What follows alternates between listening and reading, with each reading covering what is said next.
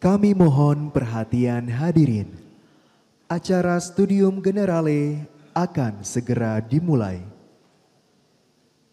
Selamat pagi, salam sejahtera bagi kita semua.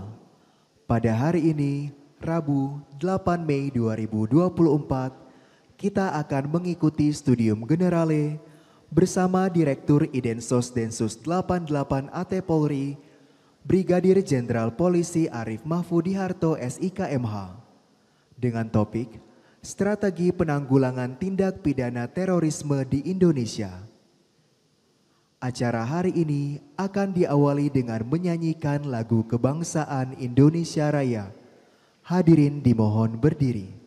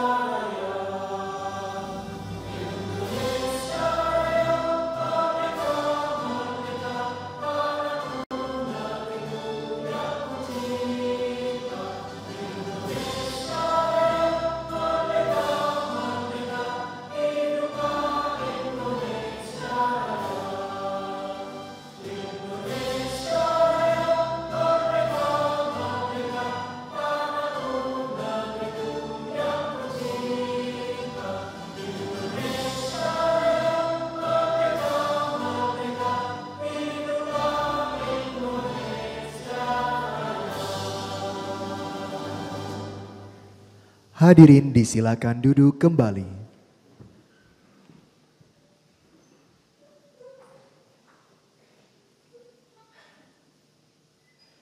Selanjutnya, kita akan mengikuti penyampaian sambutan dari Sekretaris Institut Teknologi Bandung yang sekaligus akan membuka acara pada hari ini. Kami silakan dengan hormat Profesor Wijaya Martokusumo. Selamat pagi para hadirin semua, rekan-rekan mahasiswa. Apa kabar? Baik ya? Oke, baik.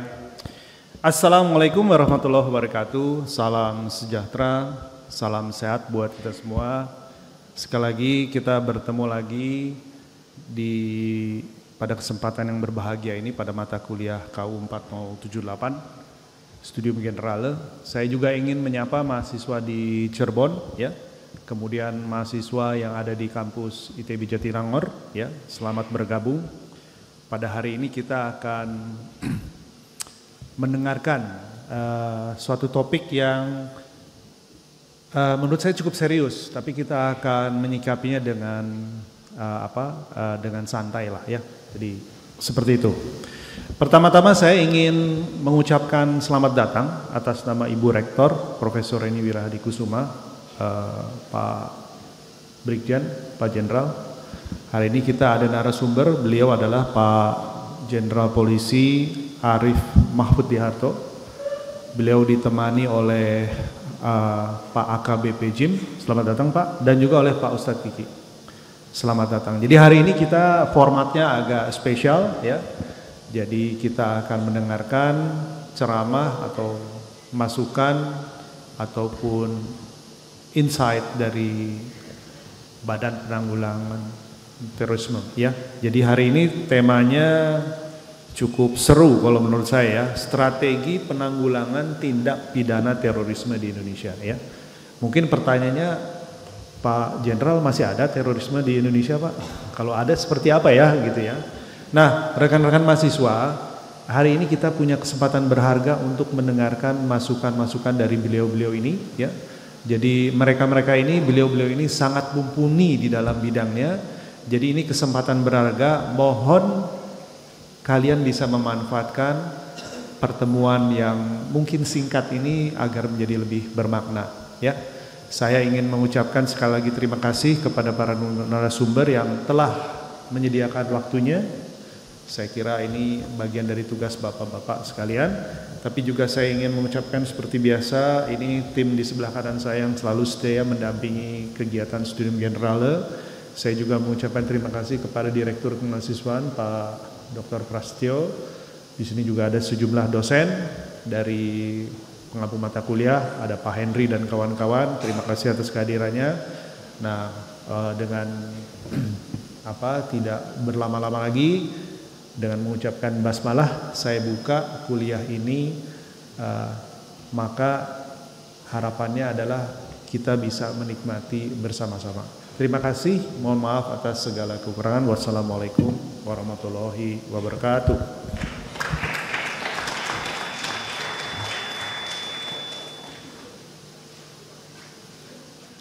Hadirin yang kami hormati, kita akan memasuki acara utama pada hari ini, yaitu Studium Generale yang akan dipandu oleh moderator, yaitu Bapak Ade Engkus Kusnadi SPD MPD. Beliau adalah dosen di Fakultas Seni Rupa dan Desain dengan kelompok keahlian ilmu-ilmu kemanusiaan. Kepada Bapak Ade Engkus Kusnadi MPD, kami silakan.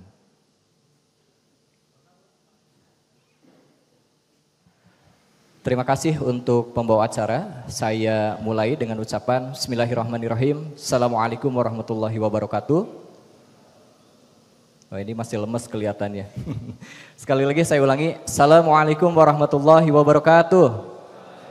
Nah, ini sudah mulai semangat ya. Selamat pagi semuanya. Salam sehat, salam sejahtera untuk kita semua.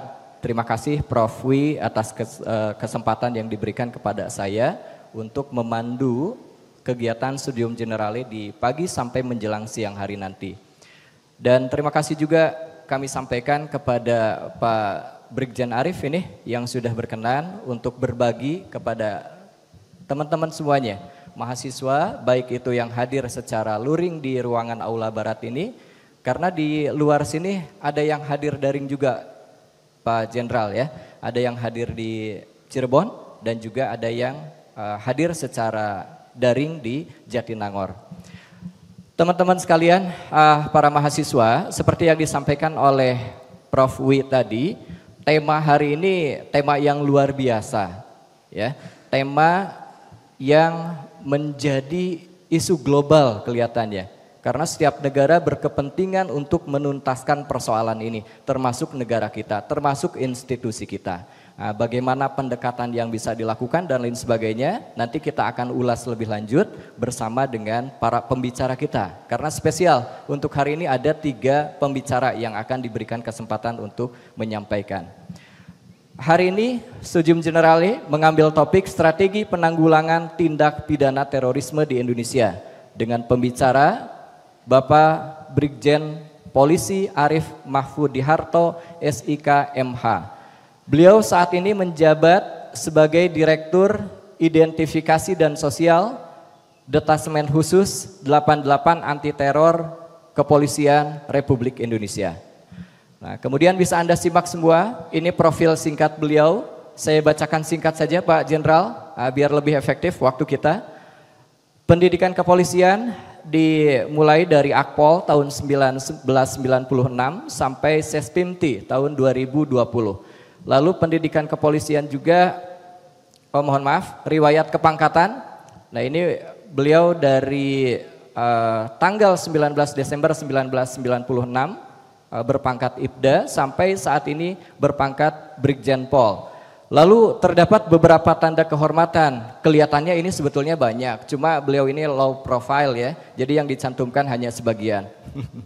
Lalu selanjutnya pendidikan kepolisian mulai dari Diridensos Densus 88 Polri 2A sampai ke Pama Polda Jawa Timur, dalam hal ini Intel. Mohon izin singkat saja mungkin menyampaikan CV-nya karena kami sangat berharap kesempatan ini lebih banyak diberikan kepada mahasiswa untuk bertanya dan berdiskusi langsung berkaitan dengan materi yang akan dibahas oleh ketiga pembicara kita. Tanpa memperpanjang waktu, kami panggil dengan hormat dan kami hadirkan di depan Anda semua atau teman-teman mahasiswa semua. Kami panggil Bapak Brigjen Pol Arif Mahfud Diharto SIK MH untuk menempati tempat yang sudah disediakan. Boleh disambut dengan aplaus.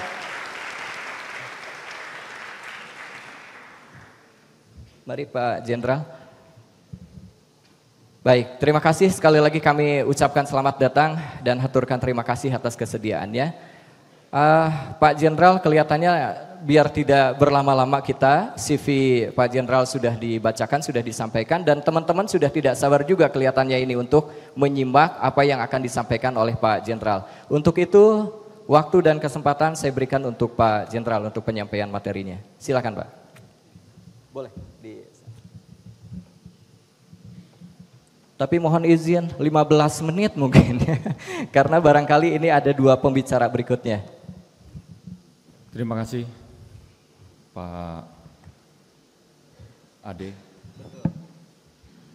Bismillahirrahmanirrahim. Assalamualaikum warahmatullahi wabarakatuh. Salam, salam sejahtera bagi kita semuanya. Om Swastiastu, Namo Buddhaya. Yang saya hormati Prof. Wijaya Marto Kusumo selaku Sekretaris Institut ITB, yang saya hormati Dr. Prasetyo Aditama, Direktur Kemahasiswaan, Pak Ade Engkus yang saya hormati selaku moderator, Dr. Henry Samsudin, Pak yang saya hormati sebagai koordinator mata kuliah Stadium Generale, dan yang saya hormati para dosen pengampu mata kuliah Stadium Generale.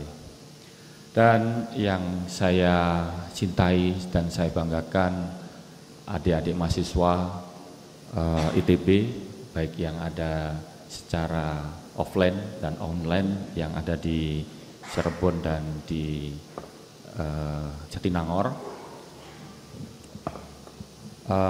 Pertama-tama kita selalu bersyukur kepada Tuhan Yang Maha Esa, Allah Subhanahu wa Ta'ala, karena kita masih diberikan kesehatan dan kita bisa berbuat kebaikan-kebaikan untuk baik diri kita maupun masyarakat sekitar. Dan yang kedua, saya juga mohon maaf, sebenarnya Pak Kadensus ingin bertemu dengan bapak-bapak dan adik-adik sekalian, namun ada kegiatan sehingga diwakilkan kepada kami. Berikutnya kami juga terima kasih sudah disambut dan diberikan kesempatan untuk bertatap muka berdiskusi dengan adik-adik sekalian yang juga kalau dilihat dari umurnya merupakan anak seumuran dengan anak kami, sehingga inilah kesempatan ini bisa kita diskusikan untuk kelangsungan Negara Kesatuan Republik Indonesia. Dan berikutnya saya juga sangat senang sekali bisa di ITB ini, karena biasanya kami 2-3 tahun yang lalu saya sering lari pagi di komplek kampus ITB ini, dan juga sering sholat di Masjid Salman yang menjadikan seperti rumah sendiri karena sangat rindang dan hawanya sangat sehat dan membuat kita bisa berpikir secara positif.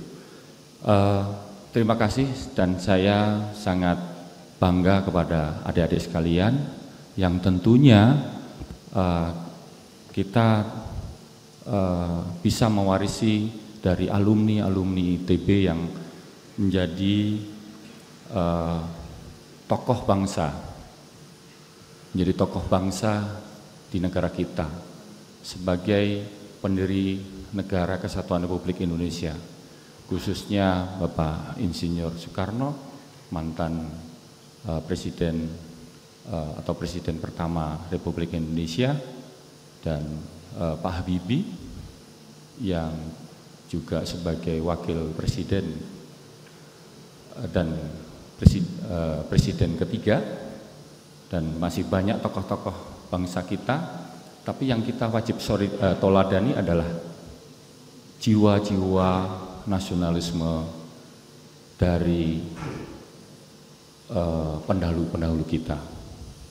Beliau sangat mempunyai jiwa cinta tanah air, apapun melebihi dari kepentingan pribadinya. Termasuk beliau B.J. Habibie, ini beliau sudah mendapatkan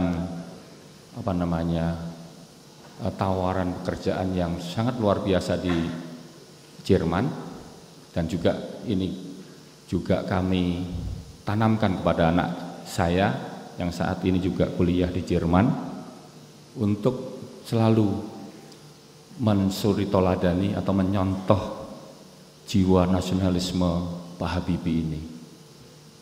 Identitas nasionalisnya, identitas Indonesianya enggak lepas. Atribut sebagai bangsa Indonesia enggak pernah lepas.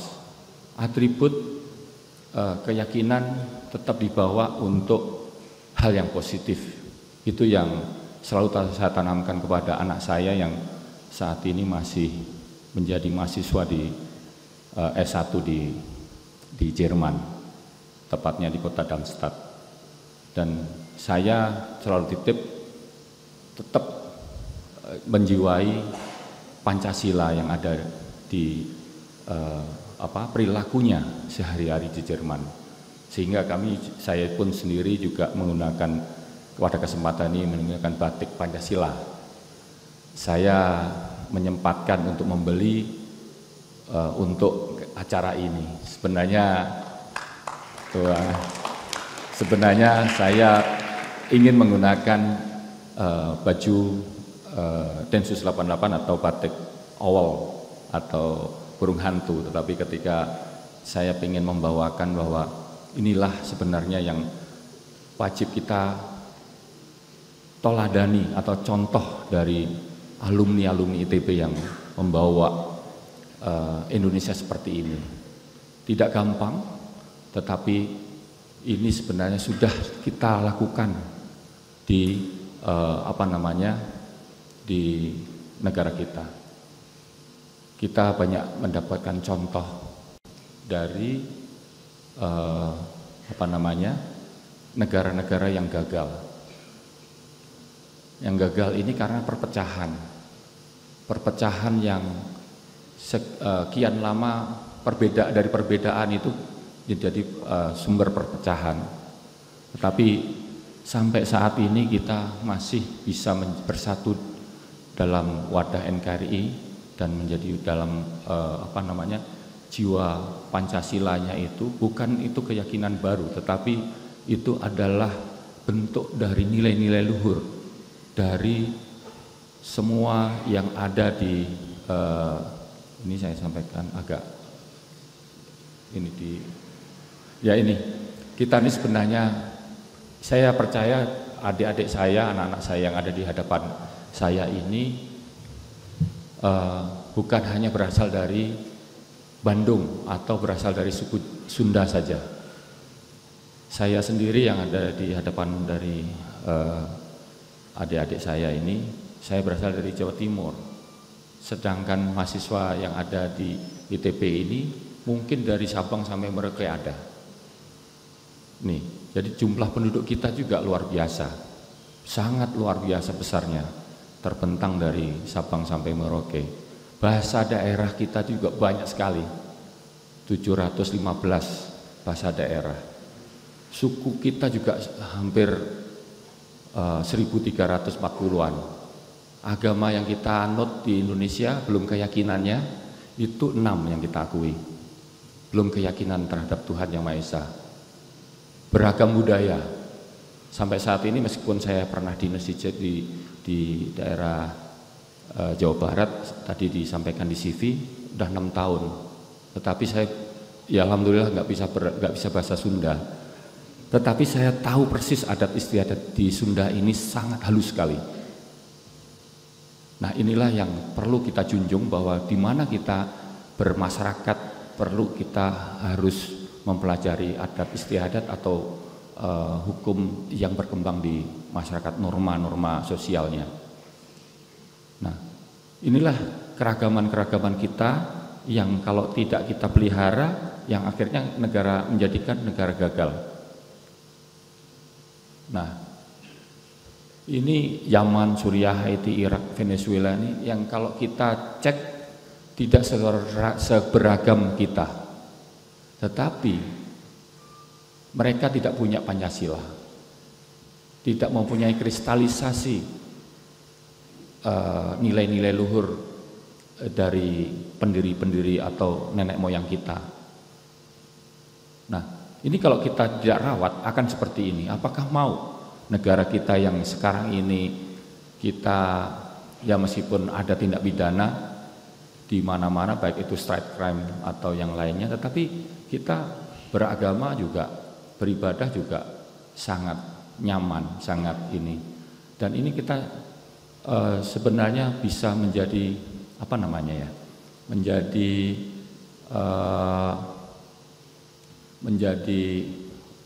barometer negara lain, dan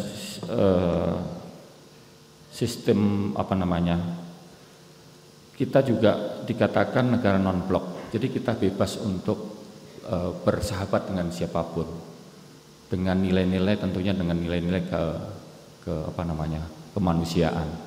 Dan kita sendiri disinilah apa namanya, Pancasila itu sudah teruji, NKRI itu sudah teruji dari berbagai macam permasalahan.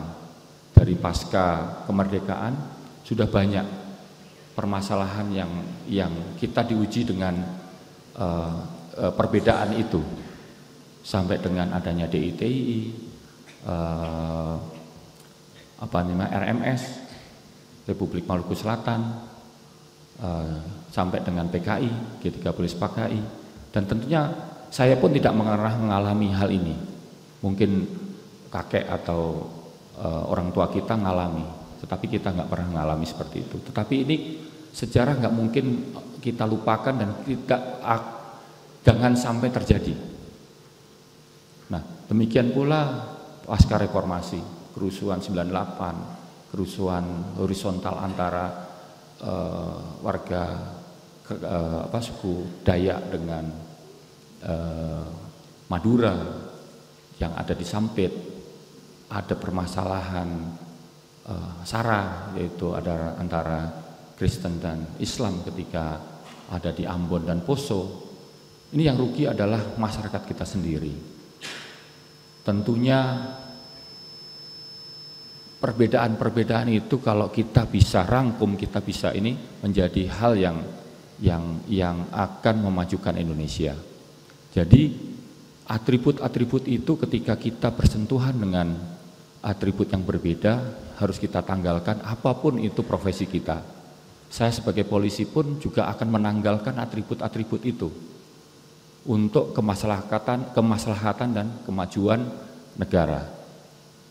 Kita kesampingkan kepentingan kita dulu, dan setelah kita berada di posisi yang kita bisa menggunakan atribut itu untuk kita menyembah kepada Tuhan Yang Maha Esa atau melakukan hal-hal yang untuk secara pribadi, itu bisa kita lakukan kembali. Jadi tidak mengikis apa yang menjadi keyakinan kita, tetapi untuk berbangsa dan bernegara kita perlu melakukan melepas atribut-atribut itu, termasuk atribut kedaerahan.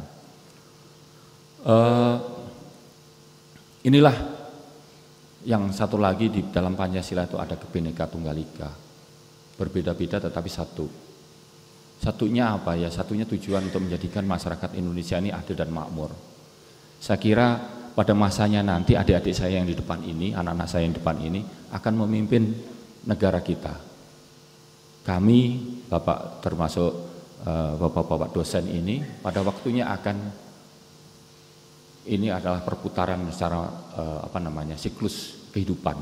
Pastinya saya 8 tahun atau 10 tahun mendatang sudah nggak jadi polisi lagi. Dan waktunya sudah akhir. Namun adik-adik ini 10 tahun mendatang akan menjadi pemimpin-pemimpin bangsa. Yang saya harapkan tetap pedomani ini, keanekaragaman, Sumpah Pemuda, Bhinneka Tunggal Ika. Masukkan ke jiwa ini, meskipun kita ada di luar negeri, kita diaspora di mana-mana, tetapi hati kita adalah leluhur kita adalah bangsa Indonesia. Sama seperti teman-teman kita timnas yang berasal dari mana-mana nenek moyangnya, meskipun nggak tinggal di Indonesia, tapi ada nilai kecintaan. Mereka aja yang tidak lahir di Indonesia aja pengen menjadi warga negara Indonesia dan pengen mengharumkan negara. Sedangkan kita itu sudah lahir dan besar di sini. Kenapa tidak kita lebih mempunyai rasa nasionalisme yang tinggi? Itu penyampaian saya. Berapa menit lagi, Pak? Sudah cukup? Itu saja yang perlu saya sampaikan sebagai pengantar. Nanti akan disampaikan oleh Pak Jim sebagai strategi penanggulangan terorisme di Indonesia. Tentunya Densus 88 sudah selalu berevolusi bagaimana dan kita mengimplementasi nilai-nilai Pancasila. Dan yang berikutnya ada Ustadz Kiki Muhammad Iqbal. Ini lulusan Pondok Pesantren Densus 88. 2 kali beliau mondok di Densus 88. Nah, itu yang nanti akan memberikan gambaran-gambaran kepada adik-adik sekalian, dan kami sangat menginginkan interaktif yang diskusi-diskusi yang kiranya bisa mencapai, dan itu kita juga akan adopsi ketika dari adik-adik ini mempunyai pemikiran yang lebih, karena ilmu sosial ini tidak ada pakemnya, bisa untuk kita ambil untuk jadikan strategi berikutnya. Demikian saya akhiri, kurang lebihnya Assalamualaikum warahmatullahi wabarakatuh. Waalaikumsalam. Om Santi Santi Om. Baik, boleh tepuk tangan untuk Pak Brigjen Paul Arif. Terima kasih Pak Brigjen. Tadi setidaknya ada 3 kata kunci yang dicatat oleh saya. Pertama bicara tentang nasionalisme, kedua Pancasila, kemudian kesadaran keragaman. Nah, ini semua kita perlukan dalam rangka mengintegrasikan kita satu sama lainnya sebagai sebuah bangsa. Nah, untuk menghindari peluang kegagalan negara-negara yang terpecah belah akibat mereka tidak bijak di dalam menghadapi keragaman yang ditemuinya. Seperti itu kelihatannya Pak Jenderal ya. Baik, kesempatan kedua agar lebih efektif kami berikan kepada yang terhormat AKBP Jim Brilian Birnes. Beliau adalah Kasubdit Identifikasi Direktorat Densus 88. Silakan Pak AKBP Jim.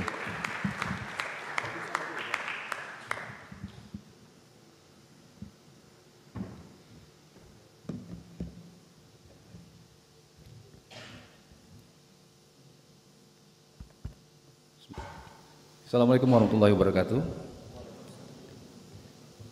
Selamat pagi yang saya hormati Pak Brigjen Arif selaku Direktur Densos dari Densus 88. Kemudian Pak Profesor Wijaya Merto Kusumo, Pak Sekretaris Institut ITB. Kemudian Pak Dr. Prasetyo, Bapak Moderator, Pak Ade.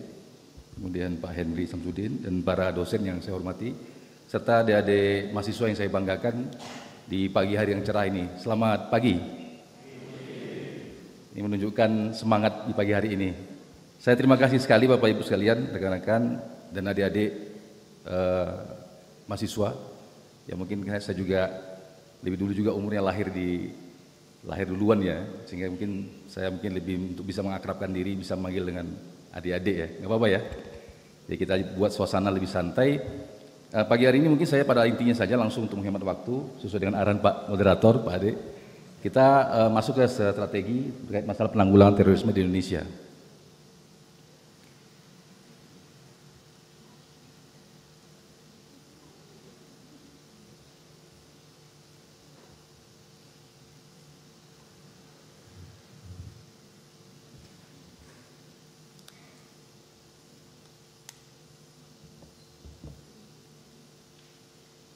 Ya baik, ya kita mulai Pak. Adik-adik sekalian, seperti kita ketahui bahwa persoalan tentang terorisme ini secara global memang dirasakan oleh semua negara.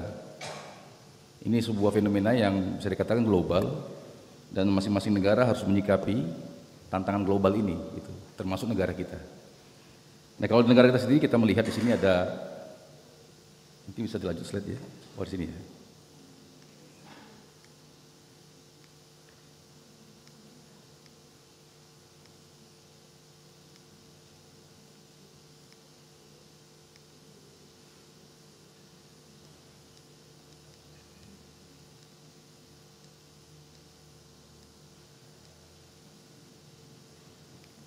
Ya, berbicara tentang payung hukum, karena berbicara tentang fenomena global ini, masing-masing negara menyikapi dengan instrumen kebijakan politik negara masing-masing berbeda. Kejahatan terorisme ini bisa dipandang sebagai sebuah kejahatan yang bersifat serius crime atau terorganisir, dan dia memiliki indikator melintas batas, tanpa batas bahkan, baik dunia nyata maupun dunia maya. Inilah dikatakan sebagai kejahatan serius, tidak memandang latar belakang negara, batasan-batasan teritori, batasan agama dan sebagainya. Dan ini yang menjadi fenomena global, sehingga di negara kita sendiri kita menyikapi ini tentunya dengan kebijakan politik negara. Nah di sini kita melihat ada beberapa dasar hukum yang kita breakdown di negara kita menjadi undang-undang sebagai payung hukum untuk bagaimana menyikapi sebagai bentuk strategi yang harus kita lakukan di negara kita untuk negara melakukan sebuah ikhtiar untuk menanggulangi fenomena yang terjadi.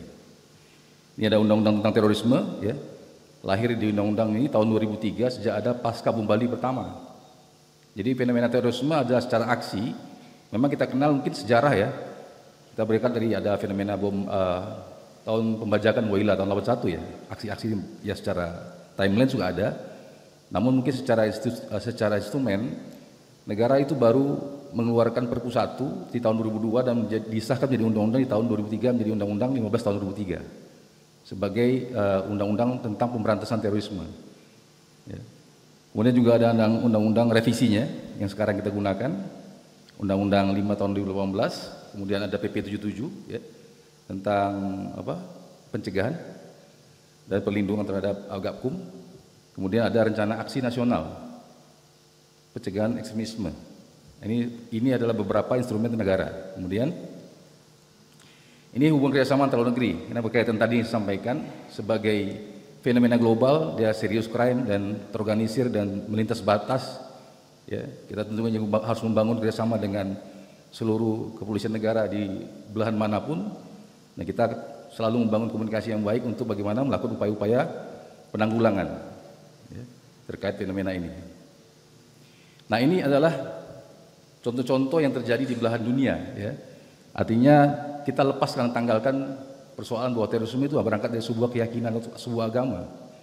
Tidak demikian, tapi kenyataannya bahwa terorisme di seluruh dunia ini terjadi, ya. Dari berangkat dari bermacam latar belakang agama maupun ideologi dan negara. Ya. Kita lihat di Jepang adanya terjadi demikian, ya, di Amerika dan sebagainya, Selandia Baru. Ini contoh-contoh fakta-fakta bahwa persoalan terorisme tidak hanya terjadi menjadi korban dari sebuah keyakinan. Nah ini yang terjadi di Indonesia, rentetan kejadian di Indonesia secara waktu ke waktu. Dan di tahun 2003 itulah bom Bali pertama dan munculnya undang-undang pertama, dan perjalanan waktu sampai di 2022. Nah di 2018 itulah kita merevisi undang-undang menjadi sekarang undang-undang yang terbaru ya, terkait penanggulangan terorisme. Ini sebuah teori ya, dari seorang akademisi yang menyatakan bahwa ia berpandangan bahwasanya bukan karena agama, tapi karena seseorang itu koruptif atau bicara tentang sikap beragama yang salah. Jadi bukan karena agama memiliki nilai luhur, agama memiliki nilai-nilai yang mulia. Jadi kita tidak sepakat bahwa agama menghantarkan orang jadi pelaku teror, tidak. Namun teks agama, konteks agama yang disalahkan, yang disalah doktrinkan, yang digunakan untuk mendorong orang menjadi pelaku tindak pidana terorisme. Nah, ketika hal ini, 5 hal ini terjadi klaim kebenaran mutlak ya setiap agama berhak menyatakan bahwa agama yang paling benar secara pribadi. Namun ketika bicara di ruang publik secara universal, tentunya tadi yang disampaikan oleh Pak Direktur di awal tentang nilai-nilai keberagaman dengan berbagai macam aneka, mungkin dalam pandangan beragama, keyakinan, kultur, bahasa dan sebagainya, tentu kita harus memiliki satu sikap bagaimana kita memberikan toleransi tentang sebuah perbedaan. Nah, disinilah perbedaan dari sudut pandang yang disampaikan oleh Charles Kimball. Ketika orang memiliki agama, meyakini sebuah agama dan mereka memiliki sikap eksklusif dan berpandangan yang eksklusif terhadap pandangan agama yang berbeda sampai kepada perbuatan yang kekerasan dan bahkan yang lebih frontal. Nah, itu yang bisa menimbulkan orang-orang menjadi bersikap ekstrim. Nah, itu yang tidak kita kehendaki. Nah, ini ada doktrin-doktrin kepatuhan, ada konteks bagaimana membangun sebuah impian tentang ideal dari setiap keyakinan, tentu ada ya cerita-cerita dari sudut pandang keyakinan.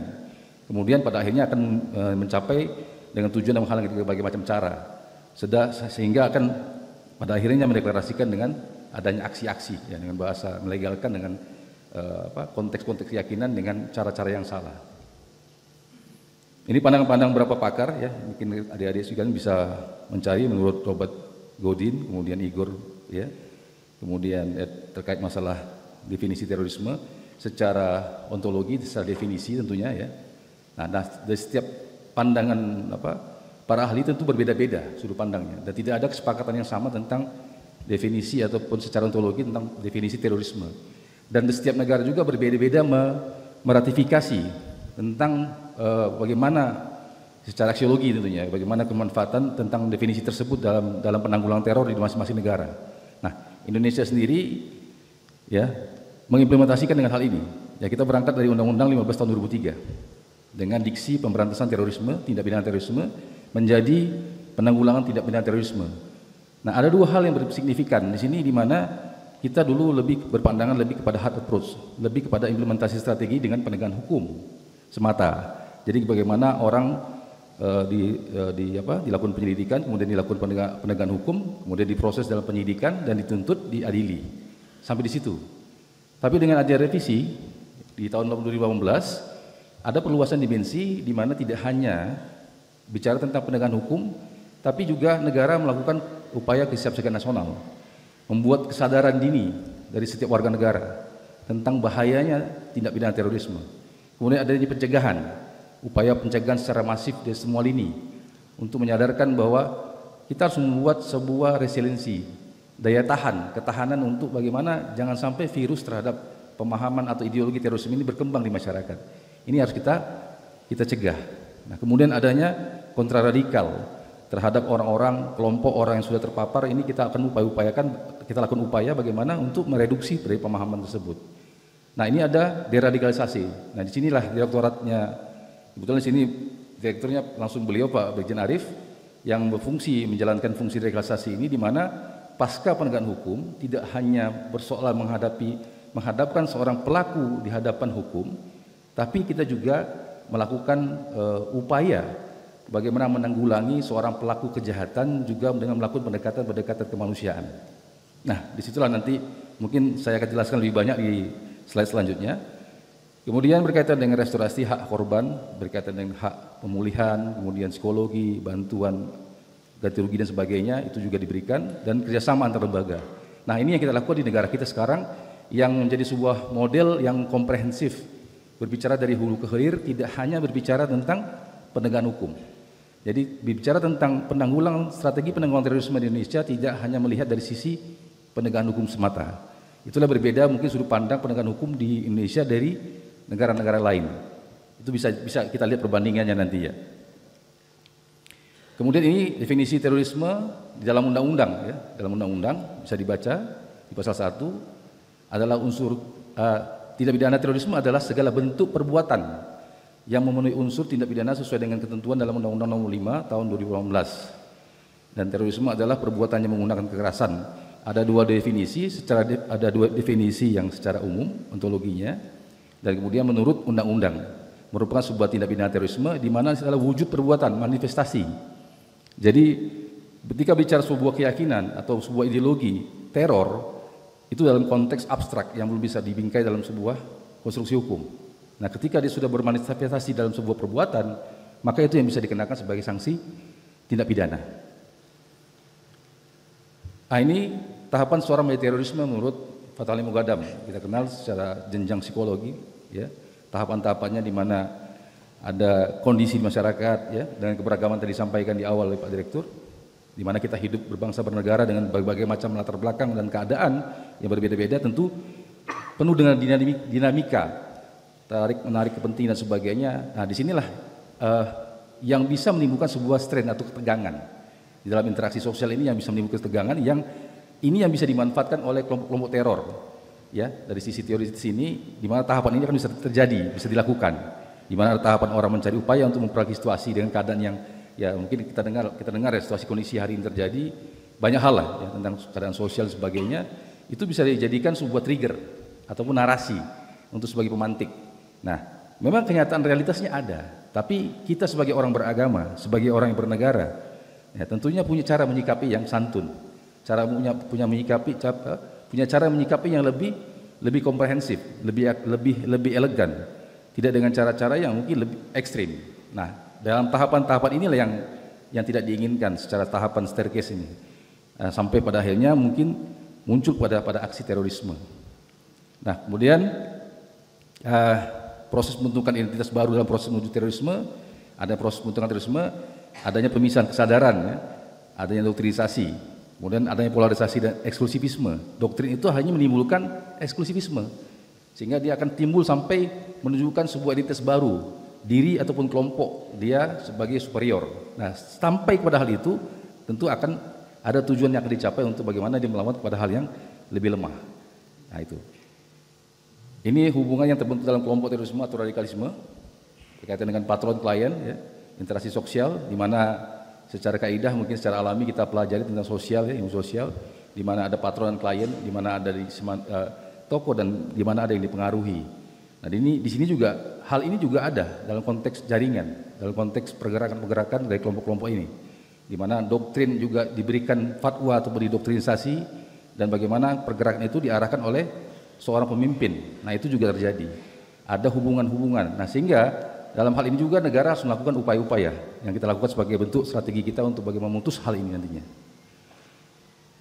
Ini isu-isu yang bisa mempengaruhi secara global, baik secara global maupun regional dan nasional, dan isu-isu itulah yang akan menjadi sebuah hakikat ancaman yang bisa dijadikan trigger untuk diberikan sebuah doktrin atau tadi arahan, ya, fatwa oleh seorang patron tadi kepada kliennya, kepada jaringannya, kepada kelompok-kelompok yang sudah tervitalisasi, yang sudah terklaster tadi, yang sudah terkelompokkan, yang melalui tahapan-tahapan tadi untuk mereka arahkan untuk melakukan hal-hal yang melawan hukum di negara kita, ya sebagai bentuk aksi teror tentunya nantinya.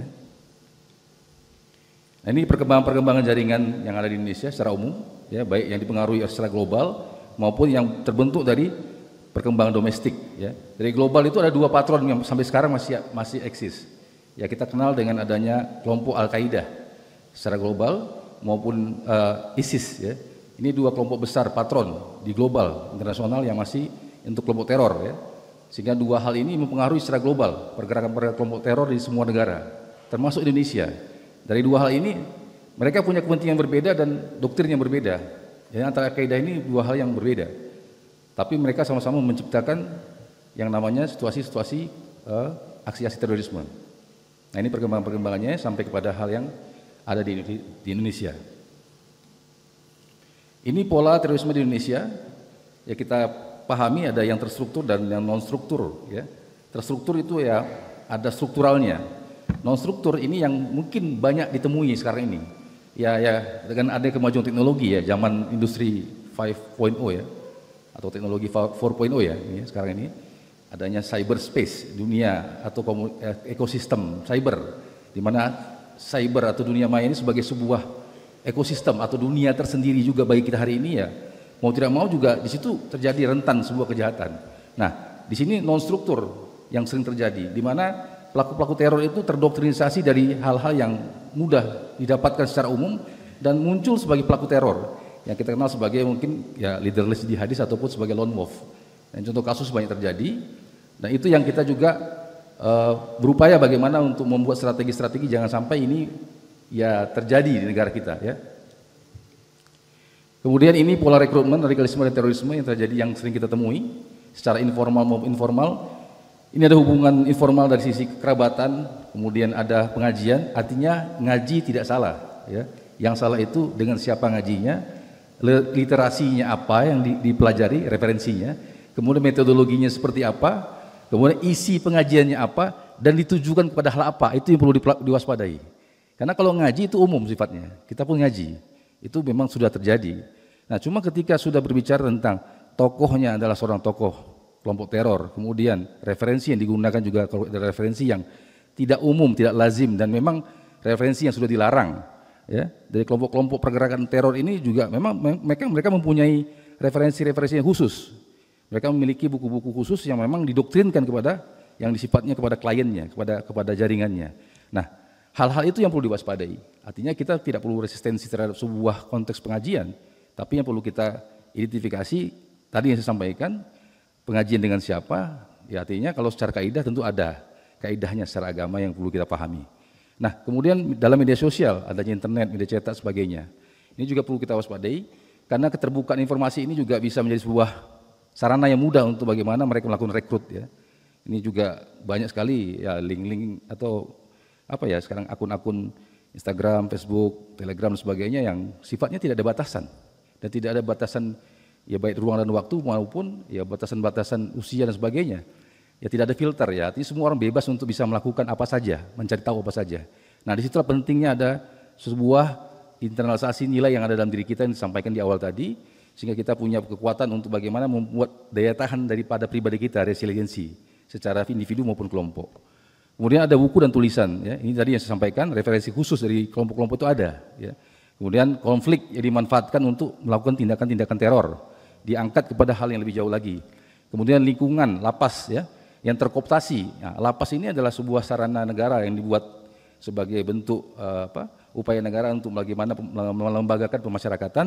Namun ketika upaya-upaya negara juga salah dalam memberikan intervensi juga bisa dimanfaatkan oleh kelompok-kelompok ini untuk mereka menyebarkan ataupun mereka melakukan kegiatan-kegiatan aktivitas terorisme. Secara basis formal, basis pendidikan, sekolah, universitas maupun organisasi masyarakat juga menjadi hal yang rentan untuk mereka memasukkan virus-virus ataupun pemahaman daripada terorisme. Ini karakteristik ya, mungkin kita lihat motivasi, pola rekrut, modus operandi, target dan sebagainya bisa kita bersama.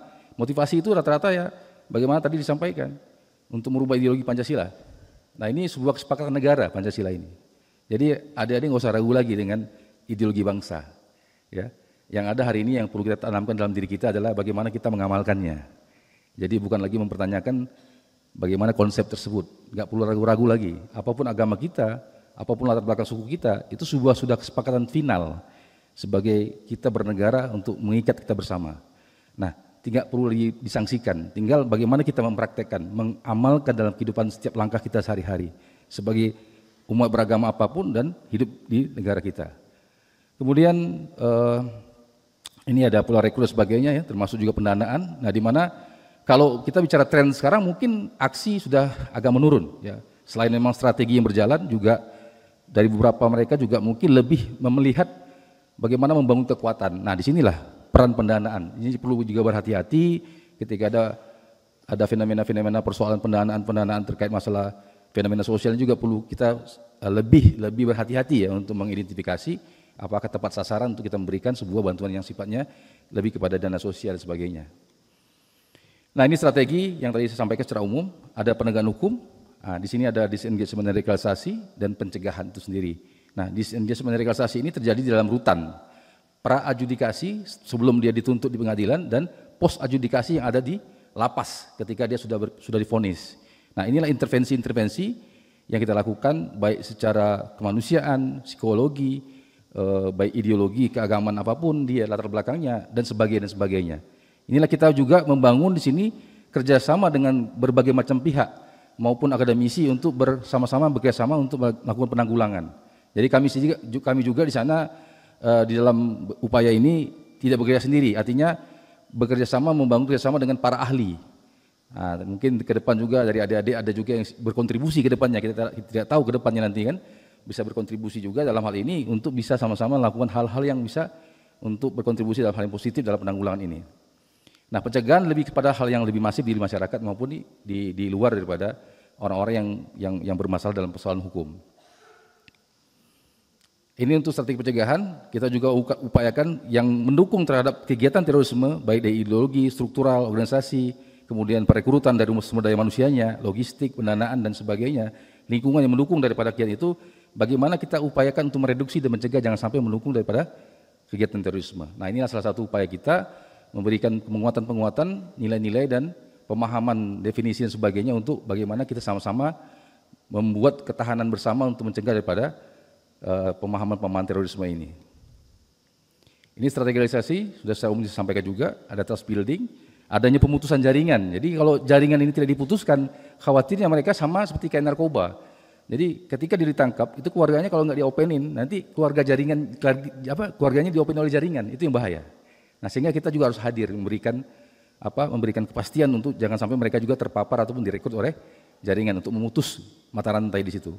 Nah, kemudian ada kontraideologi, meluruskan pemahaman ya, bukan kita mematahkan keyakinan, tapi meluruskan pemahaman yang keliru. Agama tidak salah, tapi ketika narasi agama disalahartikan, digunakan untuk mendoktrin kepada hal yang salah, itu yang harus diluruskan. Kemudian membuat patron baru, artinya patron yang sifatnya positif ya, setelah dia menjalani proses itu kita berikanlah ruang untuk mereka menyampaikan. Kemudian ada koordinasi dan kerjasama antar lembaga dan ada integrasi. Nah, inilah proses bagaimana dia dikembalikan lagi ke masyarakat untuk dia berkontribusi ke masyarakat dan bagaimana masyarakat juga bisa menerima kembali sebagai warga negara. Itu yang kita lakukan. Ini juga bagaimana kita juga mengontrol daripada terkait masalah tadi ya, sampaikan patron klien ya, sama ya. Ini juga berkaitan dengan merubah ideologi ya, yang keliru ya, pemahamannya kelirunya, psikologi sosialnya, bagaimana dia dan perilakunya dia dan kepada lingkungan di luar dirinya, sikap sosialnya.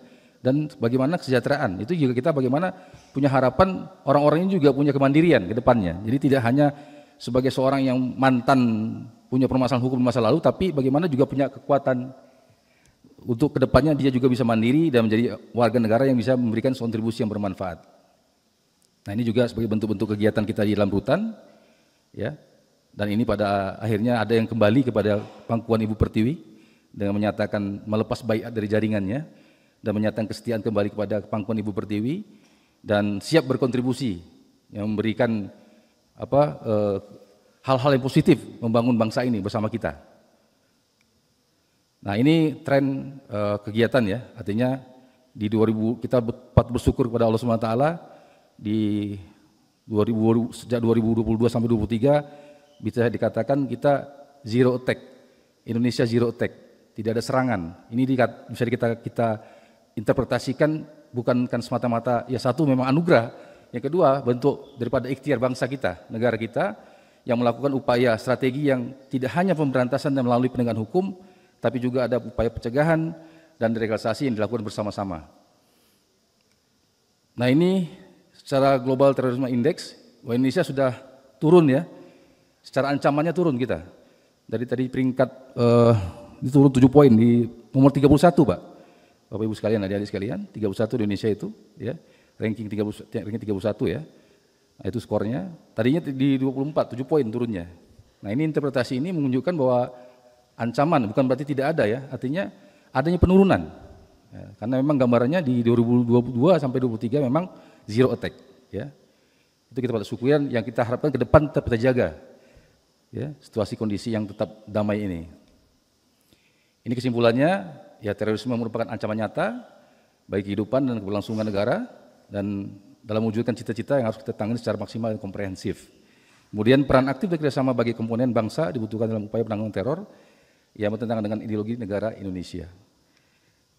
Dan yang terakhir Pak, Bapak Ibu sekalian, adik-adik sekalian, ya, terorisme adalah kejahatan ya terhadap kemanusiaan dan tidak ada kaitan dengan agama apapun dan semua ajaran agama menolak tindak pidana terorisme. Saya rasa itu yang dapat saya sampaikan. Terima kasih atas waktu yang diberikan. Saya kembalikan kepada moderator. Baik, terima kasih. Boleh tepuk tangan untuk Pak AKBP Jim. Mohon berkenan untuk menempati tempat yang sudah disediakan. Mohon maaf tadi izin mengingatkan waktunya. Baik, terima kasih AKBP Jim yang sudah menyampaikan materinya. Jadi yang tadi sempat saya catat singkat saja, terorisme itu menjadi ancaman global sehingga kita harus siap terhadap hal itu dengan beragam strategi. Karena saya masih ingat dengan apa yang disampaikan oleh Bapak Kadensus 88, yang kita bunuh itu terorisme, bukan teroris. Ya, nah itu saya masih ingat betul kata-kata beliau saat itu. Bagaimana kita ya kembali memanusiakan gitu ya mantan para pelaku terorisme tersebut sehingga bisa kembali ke jalan yang benar dan juga bergabung di masyarakat. Baik, yang ketiga kesempatan kami berikan kepada Pak Ustadz Kiki, silahkan untuk menempati podium. Ya boleh tepuk tangan. Beliau ya seperti disampaikan pernah terlibat dalam aksi terorisme, tapi bersyukur alhamdulillah sekarang sudah kembali ke jalan yang benar. Silakan Pak Ustadz Kiki, singkat saja barangkali. Assalamualaikum warahmatullahi wabarakatuh. Wassalatu wassalamu ala Muhammadin wa ala alihi wa ashabihi wa man tabi'ahu ila yaumil qiyamah. Asyhadu an la ilaha illallah wa la syarikalah wa asyhadu anna Muhammadan abduhu wa rasuluh la nabiyya ba'dah. Perkenalkan, nama saya adalah Kiki Muhammad Iqbal.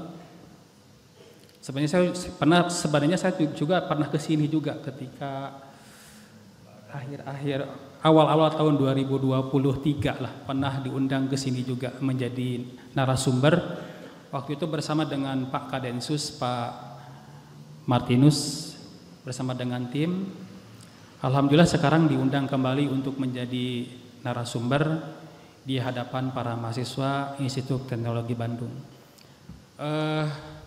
Sebenarnya saya juga asal dari orang Bandung, asli orang Bandung, jadi dari Cileunyi, Kabupaten Bandung. Mulai saya terpapar, kok saya bisa terpapar, diundang menjadi narasumber.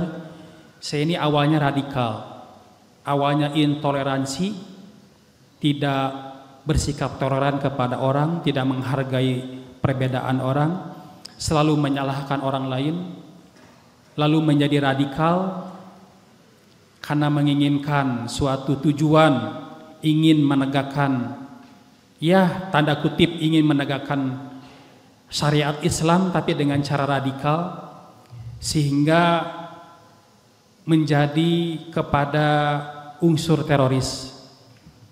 Nah, sebenarnya saya ini pernah menghadapi masa kelam, terlibat ke dalam dunia terorisme dari semenjak 2010. Jadi 2010 saya terkait tindak terorisme, mungkin di Google masih ada, masih bisa dicari, kasus bom Cibiru. Kasus bom Cibiru bisa dilihat di gadget kalian lah ya, mungkin kalian lebih paham. Nah, di situ masih ada. Nah, kasus bom Cibiru ini itu terjadi tahun 2010 bulan Agustus. Itu diantaranya pelakunya adalah saya bersama dengan teman-teman yang lain.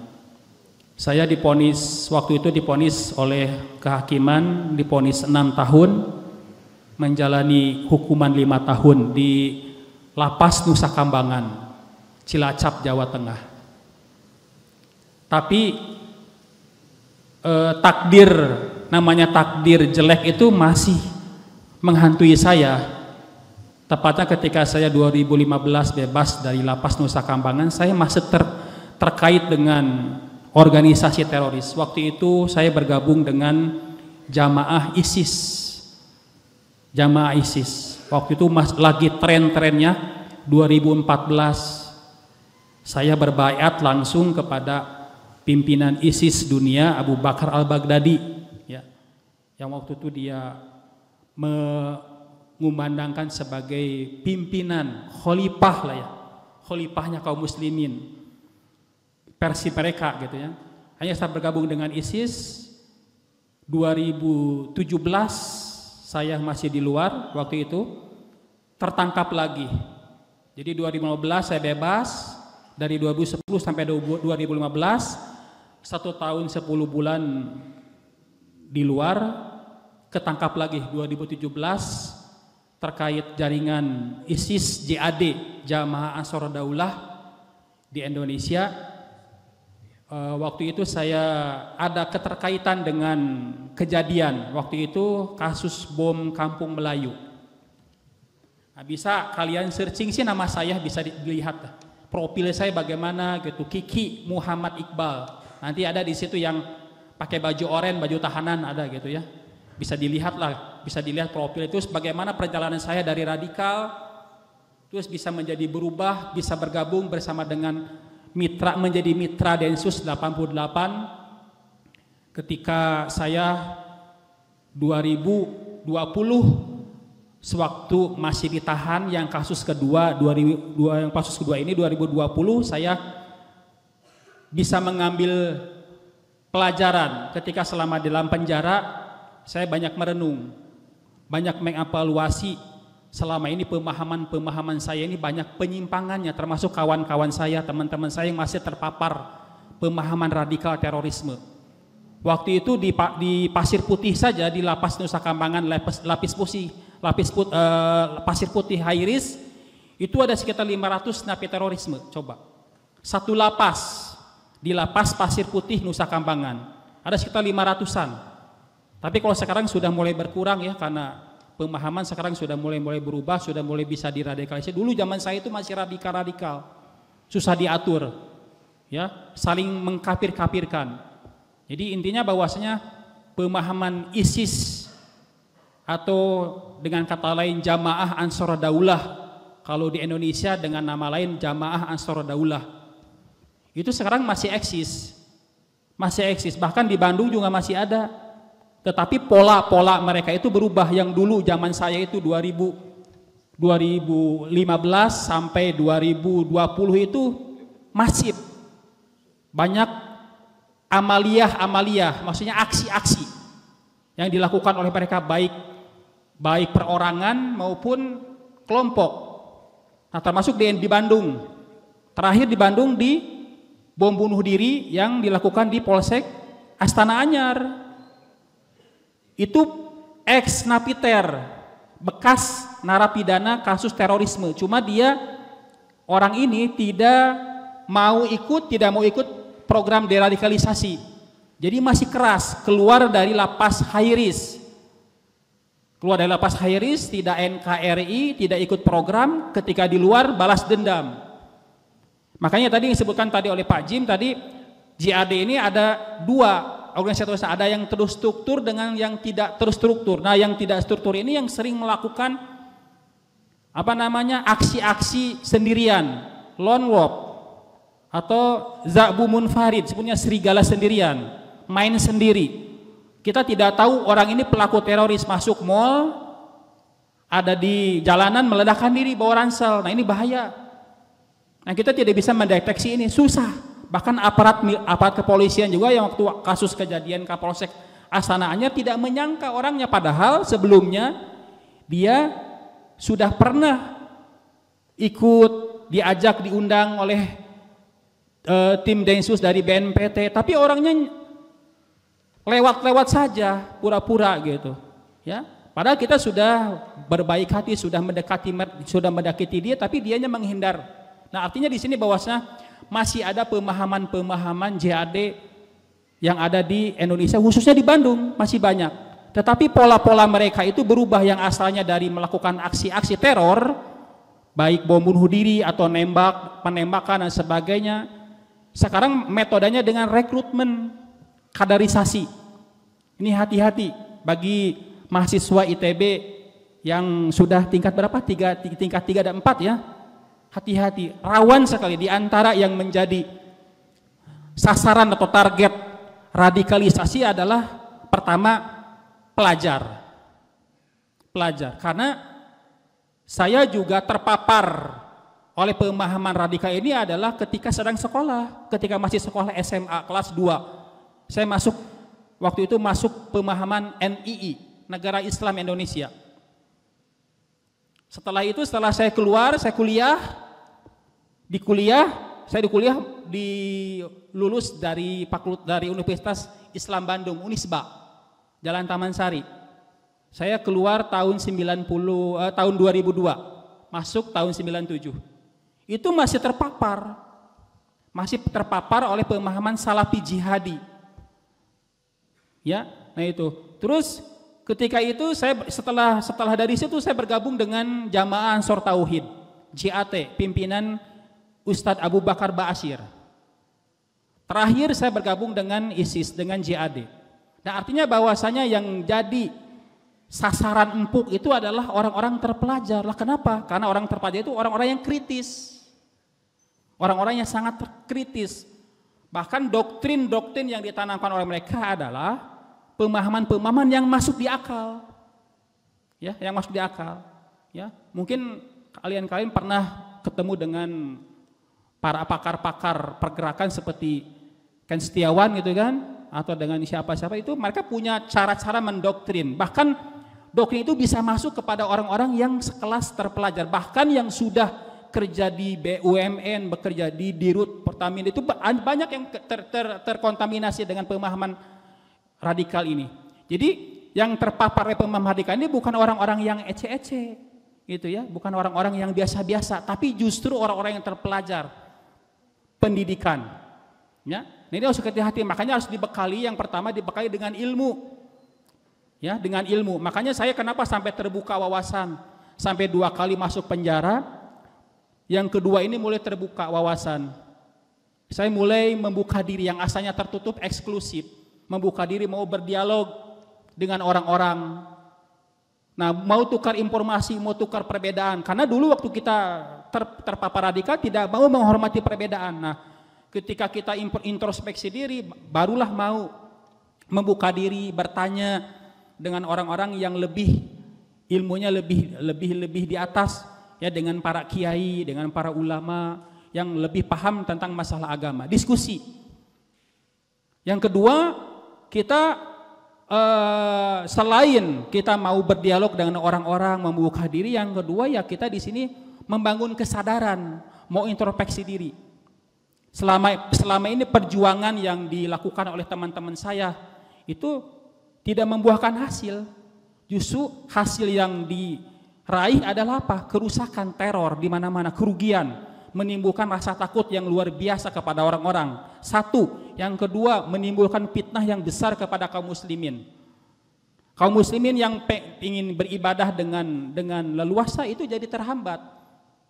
Seorang wanita yang ingin pakai jilbab jadi ragu-ragu, loh kenapa ya teroris kok kebanyakan dari muslim dan muslimah, ya, pengen melaksanakan sunnah Nabi jadi terhambat, ya, bahkan terkesan dicurigai. Jadi intinya di sini fitnah besar. Jadi aksi-aksi teror, pemahaman-pemahaman takfiri, mudah mengkafirkan, benci kepada pemerintah, anti kepada pemerintah, selalu menjelek-jelekan pemerintah. Ini adalah merupakan salah satu ciri dia sudah terpapar oleh pemahaman radikal. Tinggal satu langkah lagi. Jadi ketika adik-adik mahasiswa, ya, sudah ada perasaan benci kepada pemerintah, lalu kalian mengadakan demonstrasi, mengadakan kritik dengan pedas di hadapan masyarakat, ini sudah satu langkah lagi. Ya, jadi ini adalah kalau saya mengupas sejarah, kebencian kepada pemerintah ini itu terjadi ketika zaman Khalifah Utsman bin Affan.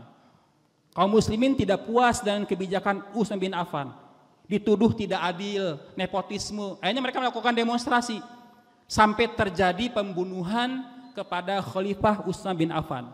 Itu terjadi terus sampai ke zaman Muawiyah bin Abi Sufyan. Lahirlah kelompok namanya Khawarij, pemberontak.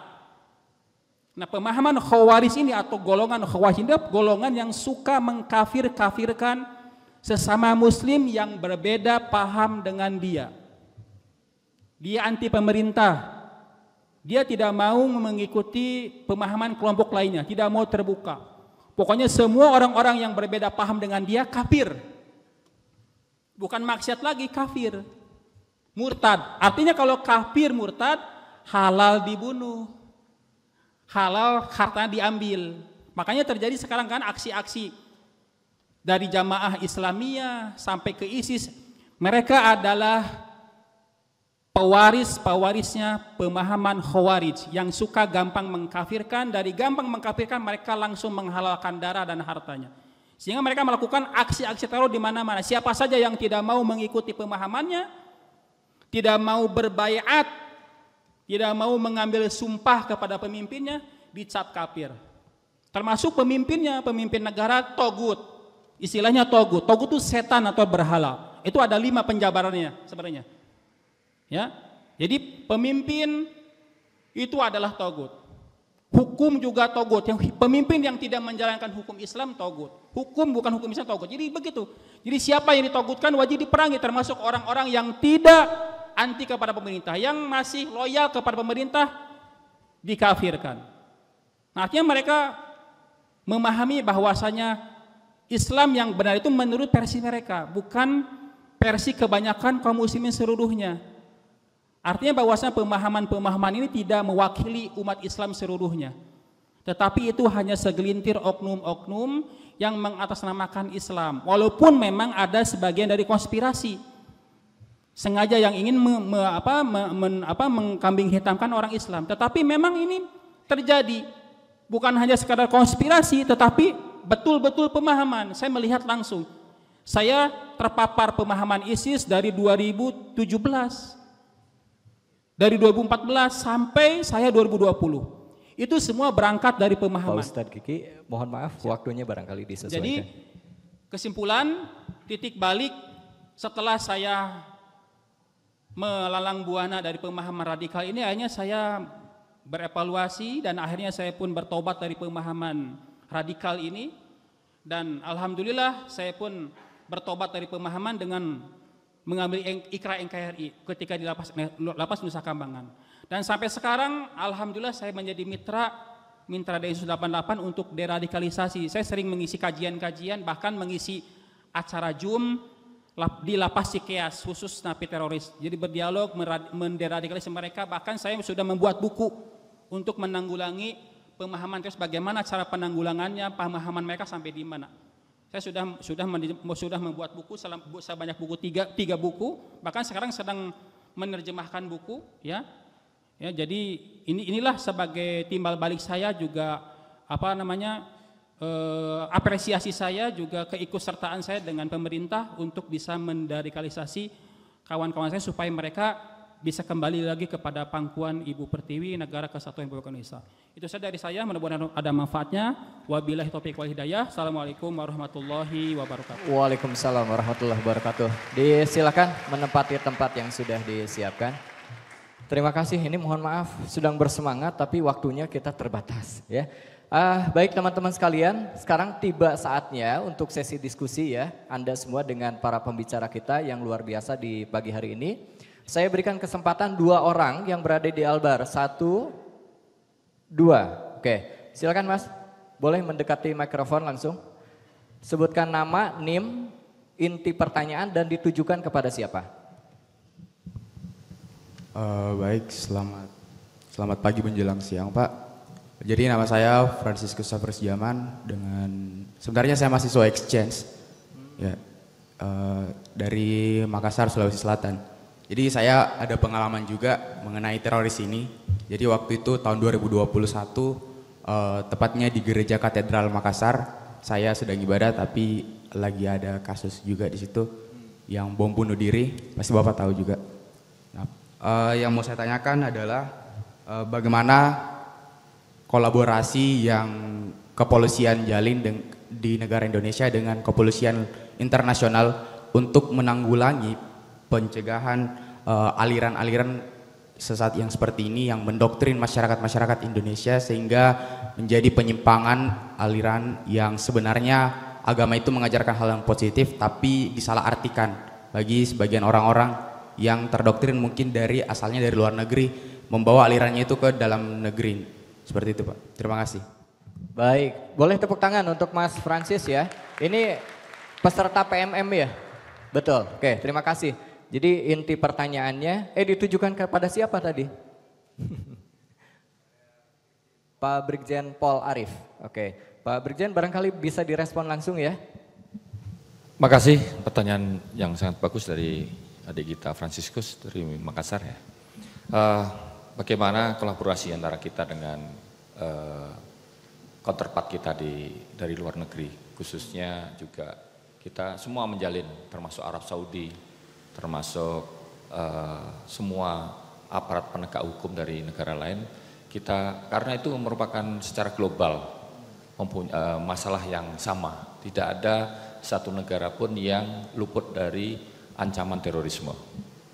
Karena tadi sampaikan Pak Jim, tidak hanya dari satu sisi agama saja, tetapi dari berbagai macam agama yang tentunya di masing-masing daerah negara itu ada ancaman terorisme ya.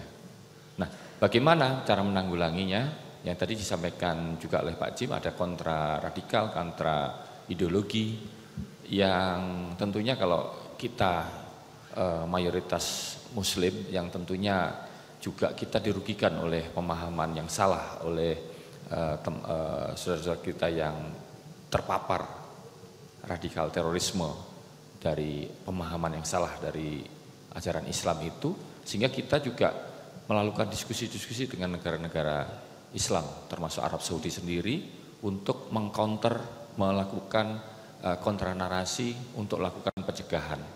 Tetapi kembali lagi bahwa kita mempunyai filter yang sangat kuat, yaitu nilai-nilai Pancasila. Ini sebenarnya yang saat ini banyak diadopsi oleh negara-negara lain, khususnya negara tetangga kita, Singapura baru-baru ini melakukan kunjungan kepada Densus 88, bagaimana strategi Densus 88 itu bisa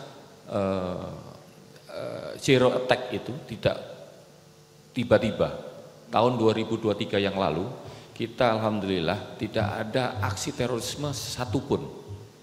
2022 itu hampir, tetapi di akhir Desember ada bom Astana Anyar, jadi satu kejadian. Nah, ini berkurangnya bukan karena tiba-tiba, bukan karena begitu aja, tetapi ada usaha-usaha. Baik itu sekarang seperti hal hari ini kita melakukan kegiatan pencegahan dengan menghadirkan Ustadz Kiki Muhammad Iqbal yang dulu pernah melakukan hal yang salah, tetapi sekarang menjadi mitra kami untuk melakukan hal penyampaian. Itu yang pertama. Yang kedua, kita melakukan deradikalisasi dengan menyentuh nilai-nilai kemanusiaan. Itu jauh lebih nilai-nilai kemanusiaan ya kita ambil dari nilai-nilai Pancasila. Inilah yang tidak ada di negara lain. Termasuk Arab Saudi pun tidak mengadopsi nilai-nilai kemanusiaan yang kita ambil dari Pancasila. Karena semuanya stakeholder ini terlibat. Stakeholder ini bukan hanya yang berkaitan dengan penegakan hukum terorisme, tetapi juga kementerian lembaga, termasuk Kementerian Sosial, Kementerian Ketenagakerjaan, dan apapun, termasuk ormas-ormas, baik itu ormas Islam maupun ormas yang lainnya, dan termasuk pihak swasta, tokoh-tokoh masyarakat. Ini semuanya kita ajak berkolaborasi untuk melakukan pengecilan atau memitigasi masalah yang ditimbulkan dari radikal terorisme. Itu mungkin jawaban dari saya. Baik, boleh tepuk tangan untuk Pak Brigjen Pol Arief. Semoga sudah menjawab ya Mas Francis. Silakan penanya kedua tadi, oh ya yang di depan ya. Oke, mana mikrofonnya? Atau ini yang terdekat, silakan. Nama, NIM, dan pertanyaannya untuk siapa? Bismillahirrahmanirrahim. Assalamualaikum warahmatullahi wabarakatuh. Salam. Sebelumnya perkenalkan, nama saya Finandika dari jurusan Teknik Geologi angkatan 2022. Pak Arief, di sini saya mau nanya, ada dua pertanyaan nih Pak. Yang pertama, penyebaran paham radikal kan zaman sekarang kan mudah kan lewat medsos atau internet itu kan. Nah, itu bagaimana sih cara dari pemerintah mengatasi hal-hal tersebut agar tidak ditelan mentah-mentah oleh masyarakat? Namun di sisi lain tidak dikatakan menghalangi kebebasan berpendapat. Soalnya kan para pelaku penyebar gitu kan suka berlindung di balik tameng kebebasan berpendapat. Terus yang kedua, menurut Bapak dalam mengatasi kelompok yang terduga terafiliasi dengan teroris, itu lebih baik menyikat bawahannya atau anggota-anggotanya atau langsung atasannya? Jadi atasnya disikat dulu baru bawahannya atau bawahannya dulu baru atasannya. Begitu Pak, terima kasih. Baik, terima kasih Mas Dika ya. Oke, ada dua pertanyaan ini. Yang pertama berbicara mengenai kondisi real yang kita hadapi, bahwasannya penyebaran paham radikal ini sudah masuk ke media sosial yang kemungkinan sulit untuk dikontrol secara pasti gitu ya. Nah, bagaimana cara menghadapi situasi seperti itu? Mangga, Pak Brigjen Pol Arief. Makasih. Ini juga sangat bagus pertanyaannya dari adik Finandika. Terima kasih, nanti yang nomor 1 akan dijawab oleh AKBP Jim ya. Yang saya coba jawab untuk pertanyaan yang kedua. Yang kedua. Bagaimana kita melakukan pemantauan dan melakukan penanggulangannya, khususnya kelompok-kelompok teroris. Nah ini kan kita di Densus 88 ini mempunyai berbagai macam pendekatan. Pendekatan pertama adalah pendekatan pendekatan intelijen secara tertutup. Pendekatan intelijen secara tertutup ini adalah kita monitor aktivitas mereka secara tertutup tanpa diketahui oleh yang bersangkutan. Dan pendekatan kedua adalah pendekatan secara terbuka. Kita pakai sasaran antara orang-orang terdekatnya ataupun keluarganya. Kita asesmen apakah kelompok atau orang terpapar ini, orang yang masuk jaringan terorisme yang kita sudah lakukan asesmen secara tutup ini, benar-benar dia ini beraktivitas dengan kelompoknya secara besar, dengan jaringan teroris yang lain, maksudnya dengan jaringan yang lainnya. Contoh, kami juga waktu dinas di Jawa Barat, di Satgaswil Jawa Barat selama kurang lebih 8 tahun dari 2015 sampai 2022, banyak sekali warga masyarakat Jawa Barat yang terpapar, baik itu secara fisik terpapar oleh jaringan terorisme maupun secara medsos.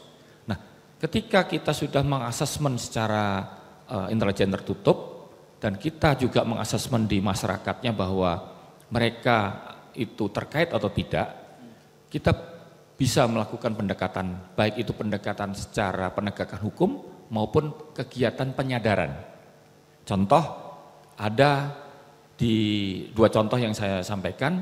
Yang pertama, ada seorang mahasiswa Universitas Jawa Barat di Bandung yang aslinya Cianjur yang terkontaminasi di medsos. Dia menyuarakan tadi yang seperti Pak Ustadz Kiki sampaikan adalah kebencian terhadap pemerintah. Dia menyampaikan dan menyerempet kepada akan melakukan aksi-aksi kekerasan, aksi-aksi teroris. Kami lakukan asesmen secara tertutup bahwa dia tidak terkontaminasi dengan jaringan teroris yang ada di Cianjur. Berikutnya kami asesmen secara terbuka dengan lingkungannya, nggak taunya keluarganya tidak terpapar oleh jaringan terorisme. Dan dia secara fisik tidak berkomunikasi dengan jaringan terorisme. Sangat sayang ketika nanti kita lakukan penegakan hukum, meskipun itu masuk unsur tindak pidana, unsur-unsur pada pasal tindak pidana terorisme. Akhirnya kami asesmen bahwa mahasiswa ini, anak ini adalah anak yang dulu pernah menjadi pengibar bendera atau paskibra. Yang kedua, aktif dalam kegiatan pramuka. Nah, inilah yang menjadi kami melakukan langkah lebih lanjut lagi.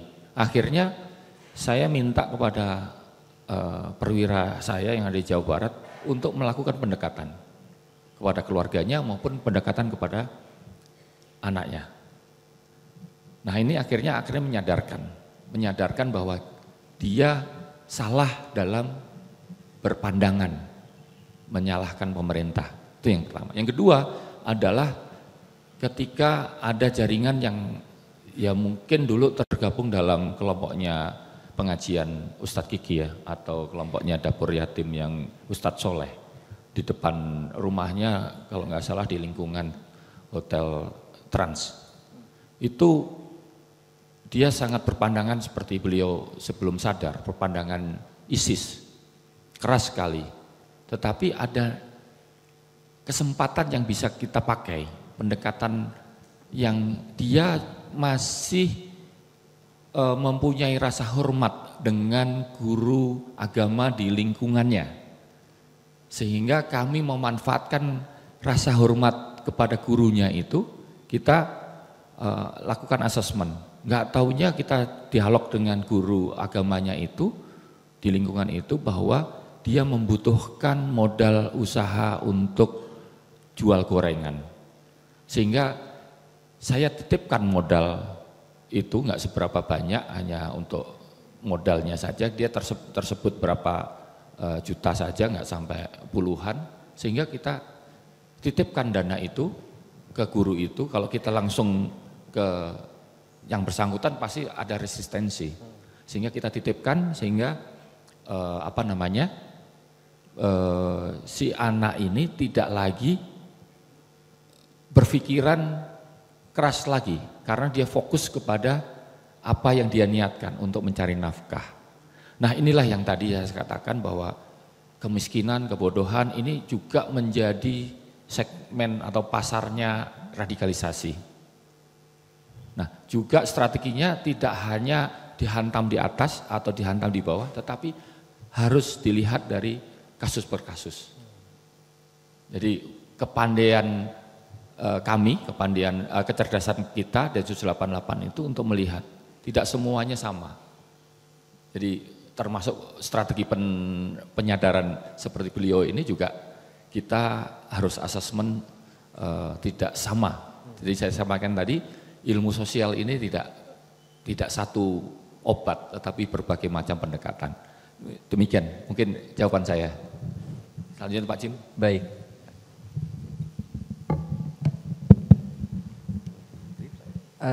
Tadi yang pertama berkaitan dengan bagaimana menyikapi penyebaran paham radikal di media sosial khususnya.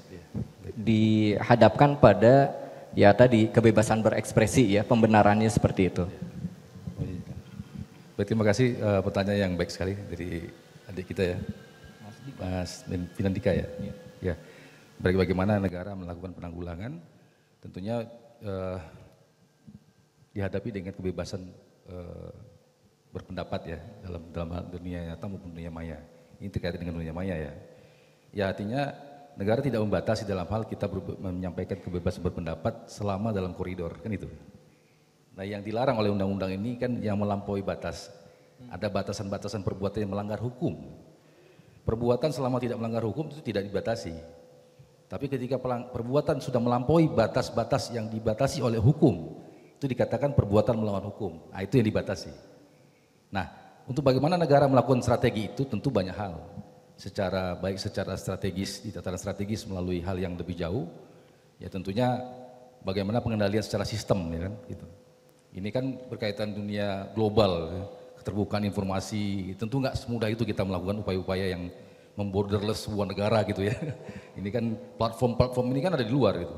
Dia kan sebagai bentuk platform yang bebas masuk kepada sebuah negara dan mereka bisa digunakan gitu kan, digunakan baik yang secara positif maupun negatif. Nah, disitulah peran-peran kementerian lembaga, ya, peran aparat penegak hukum, peran masyarakat ya secara aktif yang kita harapkan bisa sinergis, ya, untuk menyepakati dulu tentang sebuah konsep apa sih itu, apa yang kita lihat ini, apa yang kita pandang ini sebuah pelanggaran. Kalau ini kita nggak sepakati apa ini kebebasan berpendapat atau kebebasan atau sebuah pelanggaran hukum. Ini kan debatable namanya. Nah ini yang akan dimanfaatkan oleh kelompok-kelompok itu.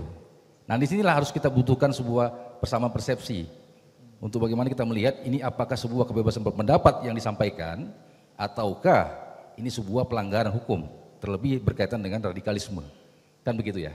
Nah tentu sistem negara akan bekerja, ya tentu banyak hal yang berkaitan tidak hanya Densus 88 bekerja di sini kita juga ada penanggulangan terorisme, ada kementerian lembaga seperti halnya Kominfo, ya. Tentunya mereka juga punya kewenangan juga untuk bagaimana kita memberikan temuan-temuan kita untuk memberikan pelaporan-pelaporan untuk dilakukan hal-hal yang mungkin sifatnya seperti kayak teknis di take down ya. Ya itu yang mungkin secara teknis yang bisa dilakukan secara cepat. Ya. Secara konteksnya, untuk kontennya tentu ini yang harus kita bangun kesadaran secara pribadi, individu dari warga, daripada mungkin pengguna-pengguna media sosial ya, netizen kalau bahasa sekarang ya, anak-anak sekarang ya, adik-adik ya. Nah ini kan butuh suatu kesadaran. kesadaran baik secara pemahaman agama, secara komprehensif maupun bernegara dan pemahaman hukum. Ini masuk nggak? Saya yakin agama apapun tidak ada mengajarkan kita kepada nilai-nilai melanggar hukum, pasti itu. Silakan dicek. Tidak ada. Tapi kalau sudah bahwa agama sudah menghantarkan kepada perbuatan melawan hukum, pasti ada yang miss itu dalam memahami. Ada yang dikorupsi. Bahasanya teksnya dibajak gitu. Kan gitu. Yang sering saya temui ketika kita melakukan deradikalisasi, ya mungkin pengalaman juga Ustadz Kiki dulu ya gitu kan, menggunakan narasi-narasi propagandanya, ya memang menggunakan teks agama itu paling mudah mempropaganda, karena semua orang sejatinya ingin beragama gitu, ya kan? Ya sejatinya orang semua ingin baik lah gitu ya. Teks agama ini kan sisi positifnya adalah kebaikan, secara nilai dia kebaikan, secara hakikinya. Cuma secara konteks, ya kan? Ketika disalah tafsirkan, kemudian diniatkan untuk tujuan-tujuan yang keliru, ini yang bisa bermakna lain nantinya. Ya seperti halnya dia seperti kayak pisau, Pak. Ya, pisau itu kan sarana saja, tergantung siapa yang pegang. Dia gunakan untuk motong sayur oleh tukang sayur, ya bisa bermanfaat hasilnya. Tujuannya untuk motong sayur jadi makanan, ya kan. Tapi kalau digunakan oleh seorang penjahat yang berniat jahat, pisau ini bisa jadi alat kejahatan namanya. Ya sama halnya agama dipolitisasi. Agama dijadikan alat agama dibajak, bukan agama yang salah, agama tetap nilainya satu aja, kebaikan. Cuma kalau disalah artikan, disalah gunakan oleh orang tertentu yang berniat jahat untuk tujuan-tujuan tertentu, apalagi terorisme, itu fatal akibatnya. Itu yang dikatakan eksklusifisme dan pembenaran di sisi yang sifatnya ya hanya parsial gitu, tidak universal. Padahal agama ini sangat universal. Saya sebagai muslim berhadapan dengan yang, ya saya sendiri pengalaman kecil di sekolah Katolik, SMA Katolik mayoritasnya itu. Kemudian beragam ya, tidak hanya Katolik, ada Protestan. Artinya saya sebagai muslim minoritas lah ketika itu di SMP waktu SMA saya sekolah. Tapi saya tidak kehilangan jati diri. Persoalan keyakinan saya sebagai muslim tetap muslim. Ketika berhadapan dengan saudara-saudara saya yang di luar saya, keyakinan berbeda, saya menunjukkan sikap yang positif. Apa salahnya? Tidak menggerus daripada apa yang saya yakini itu. Itu yang mungkin sikap itu yang harus kita tumbuh kembangkan di negara kita. Nah inilah yang mungkin tadi disampaikan Pak Direktur di awal, nilai-nilai internalisasi, nilai-nilai akar budaya Pancasila ini sudah ada sebenarnya, sudah ada. Hanya sekarang kan mungkin karena kita sendiri sudah mulai ya banyak sekali kan ideologi di luar ya. Ideologi luar ini kan mudah masuk karena adanya kemajuan teknologi. Ya adanya dunia maya tadi kan itu. Dengan sarana-sarana yang sekarang yang privatisasinya melalui handphone ya kan itu kan. Ya apa istilahnya gadget ataupun ya semuanya cyberspace ataupun tools lah. Ya tekno sekarang ini itu yang memudahkan pemahaman-pemahaman yang apa ya, yang kita sendiri secara pemahaman kita sendiri tidak dikuatkan, tapi kita mudah menerima yang di luar yang kita sendiri nggak punya filter. Nah itu yang rentan. Nah ini yang mungkin ya sebagai saran juga buat kita, satu tadi secara sistem kita tumbuhkan memang secara kenegaraan, ya kita membangun ya bagaimana kerjasama antar lembaga untuk bagaimana mencegah hal itu secara sistem. Secara kesadaran masing-masing tadi ya kita membangun juga kerjasama antar, ya kita juga ada tentunya ahli-ahli agama, kemudian bagaimana pandangan-pandangan bernegara, juga kita untuk menggelorakan nilai-nilai itu untuk ditumbuh kembangkan supaya nilai itu terinternalisasi, tidak hanya sebagai teks. Pancasila tidak hanya sebagai teks, tapi sebagai konteks, sebagai hal yang terimplementasikan, yang terwujudkan sebagai apapun kita nantinya di negara ini, walaupun kita nanti berkreasi ataupun berkarya di negeri-negeri orang, tidak lepas dari diri kita sebagai bangsa Indonesia yang mempunyai nilai yang sangat luhur. Nah itu yang mungkin kita bangun bersama. Saya rasa demikian, terima kasih. Baik, terima kasih Pak Jim. Ini ada satu pertanyaan dari Zoom, boleh ditayangkan, terima kasih.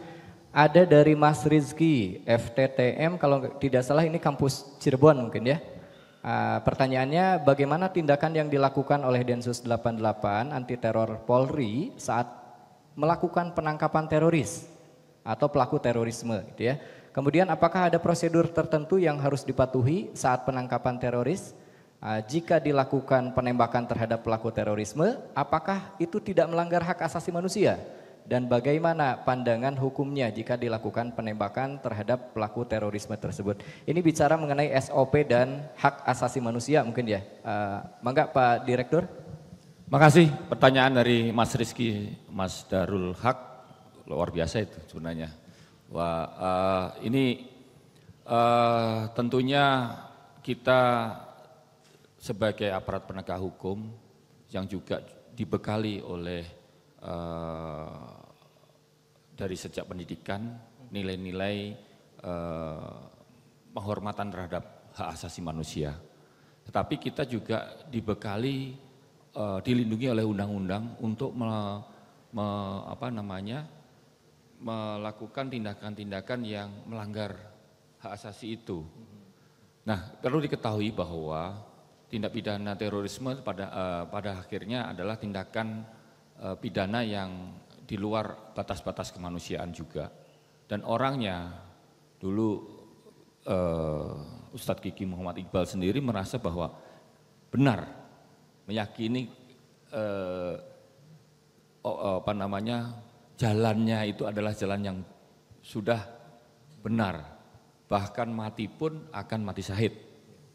Nah, inilah yang kita pada awalnya juga memedomani bahwa teroris ini juga pengen mati, tetapi pengen matinya adalah pengen mati secara bersama-sama. Contoh pelaku bom bunuh diri di Gereja Katedral di Makassar. Mereka pelaku bunuh diri dan menginginkan membawa korban banyak dari jemaah yang ada di gereja. Sehingga tindakan yang harus dilakukan oleh kepolisian adalah, atau Densus 88 adalah menghilangkan niat untuk membunuh. Kalau mereka sudah membawa bom, satu-satunya ya tidak ada lagi untuk dihilangkan niatnya. Dihilangkan niatnya ya seperti sampai fatal. Nah, inilah yang SOP yang kita menghentikan pelaku terorisme. Tetapi tidak semuanya harus kita matikan. Tidak semuanya kita melakukan tindakan tegas seperti itu. Tentunya ada batas-batasnya. Batas-batasnya apa?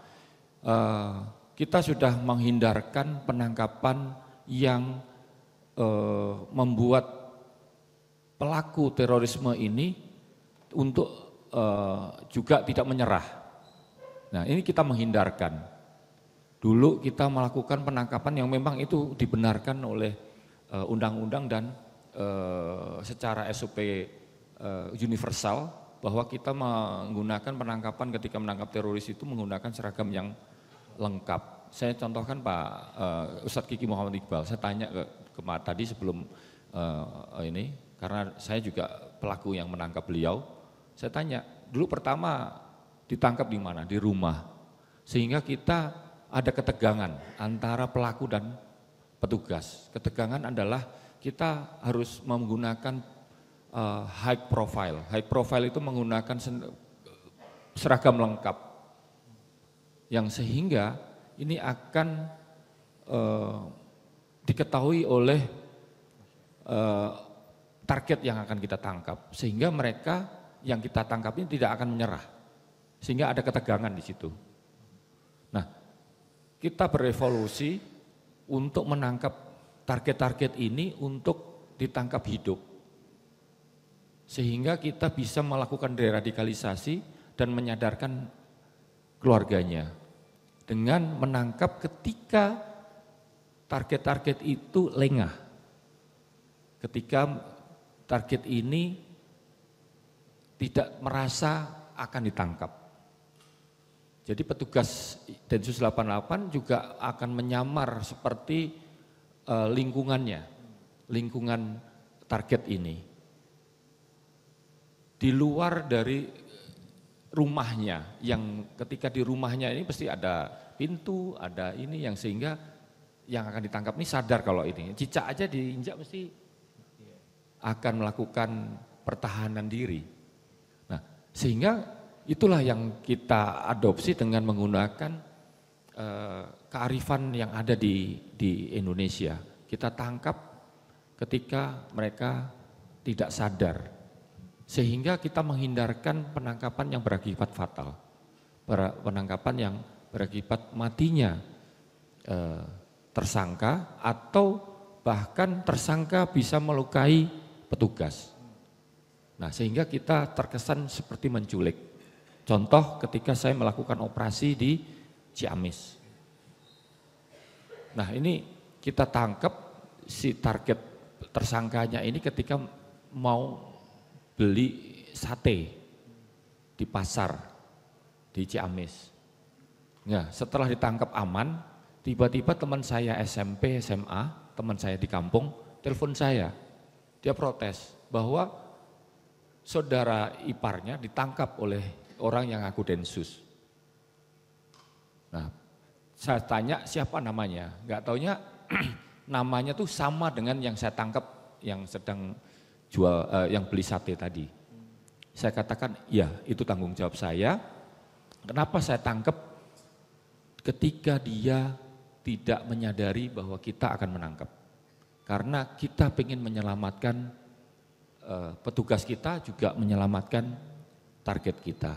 Sehingga inilah yang akan kita lakukan selanjutnya dengan memasukkan nilai-nilai kemanusiaan itu. Secara hak asasi manusia juga, dia juga mempunyai keluarga dan masa depan yang juga kita bisa selamatkan.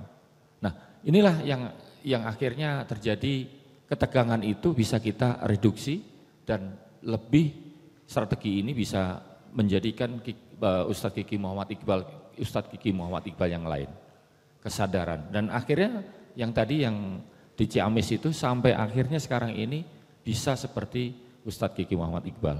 Demikian pula yang ada di Cirebon. Banyak sekali 2018 sampai 2020 kami melakukan penangkapan di Cirebon. Dan sekarang alhamdulillah banyak yang sudah keluar dan sudah bermitra dengan kita menjadi keluarga. Nah, itu yang kita lakukan, bahwa kita menyadari bahwa yang kita lakukan penangkapan adalah masyarakat kita.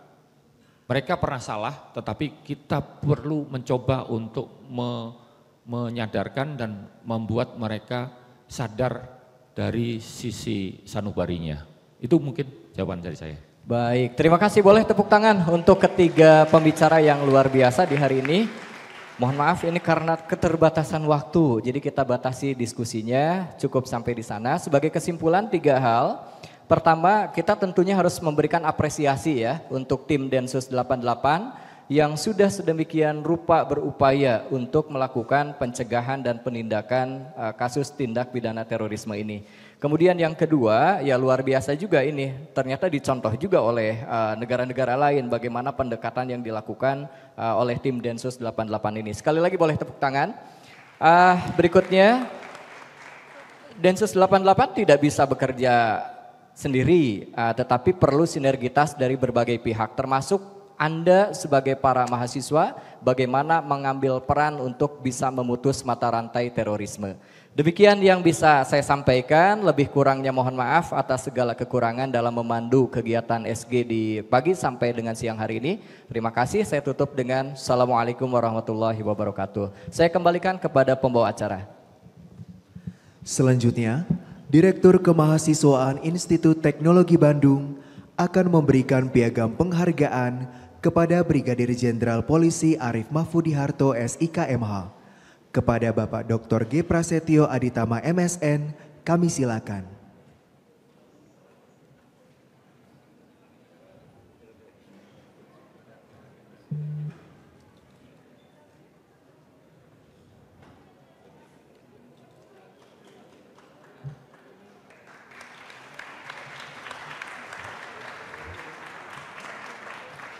Selanjutnya, kami mengundang kepada seluruh narasumber, moderator, dan dosen pengampu untuk berfoto bersama.